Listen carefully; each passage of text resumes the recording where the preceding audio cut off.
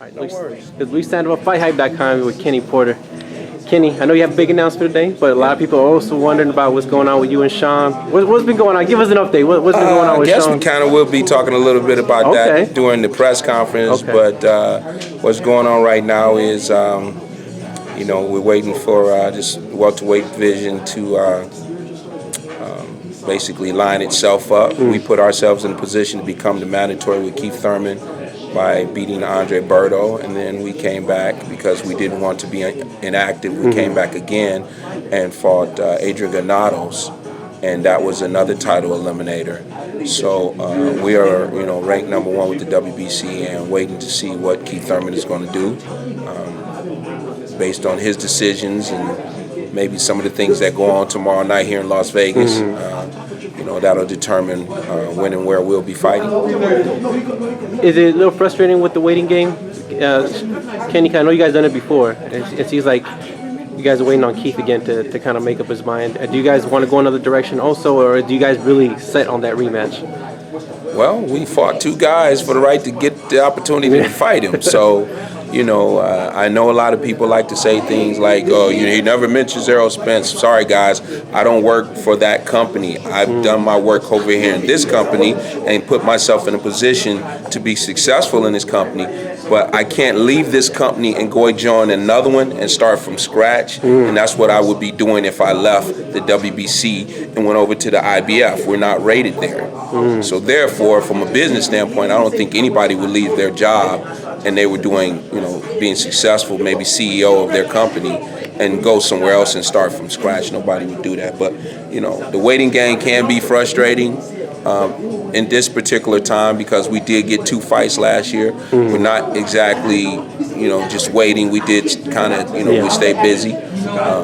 But, of course, this is a new year, 2018, so we want some things set. And we want to know who we're going to be fighting, when we're going to be fighting, and where we're going to be fighting. We want to make those announcements to the fans. We only want the big fights. And, the Keith Thurman fight is the #1 on the radar, but, there's other guys, and there's other guys in this division, in this weight class, that make it a great weight class.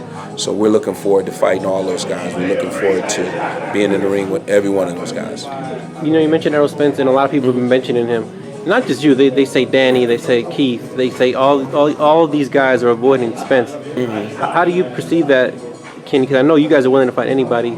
But do you guys get frustrated hearing that all the time? And do you know where it stems from? No, I'm not frustrated by it. I mean, first of all, if you understand boxing, which, a lot of people, as Roger Mayweather said, don't understand boxing. But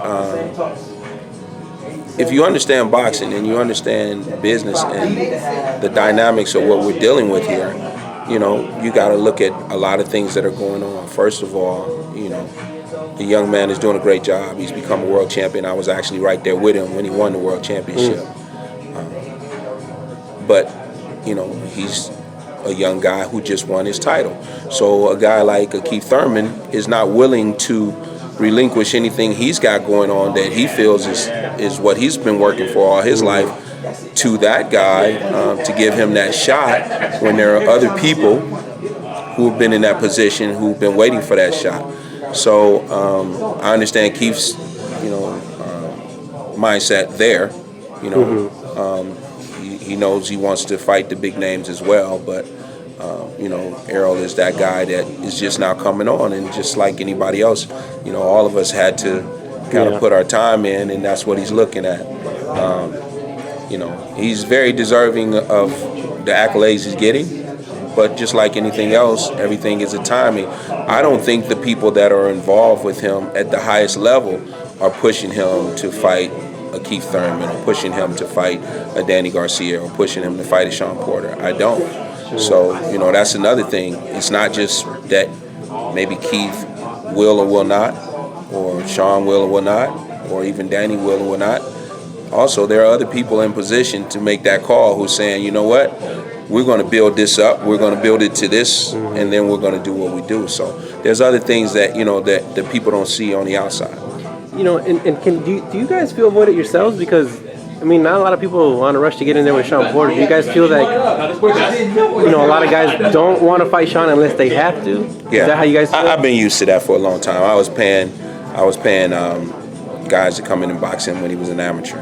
That was something that was done early on. We're talking like at 13 or 14 years of age, we had to literally pay teams to come in, pay guys to bring somebody with them, pay coaches to bring 2 fighters in the weight class. Damn.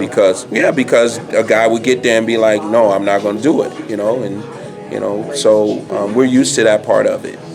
Other people, and I'm not quite sure that Keith went through that when he was in the amateurs where he couldn't get fights. I'm sure Danny went through that when he was in the amateurs. He couldn't get fights. And, Errol was like that in the amateurs where nobody wanted to fight him, or they dreaded fighting him. So that's just a part of, boxing. When you get yourself in those positions, it's a good thing, but then there's a double-edged sword on it. A lot of times you won't get the fights that you want because people are avoiding that.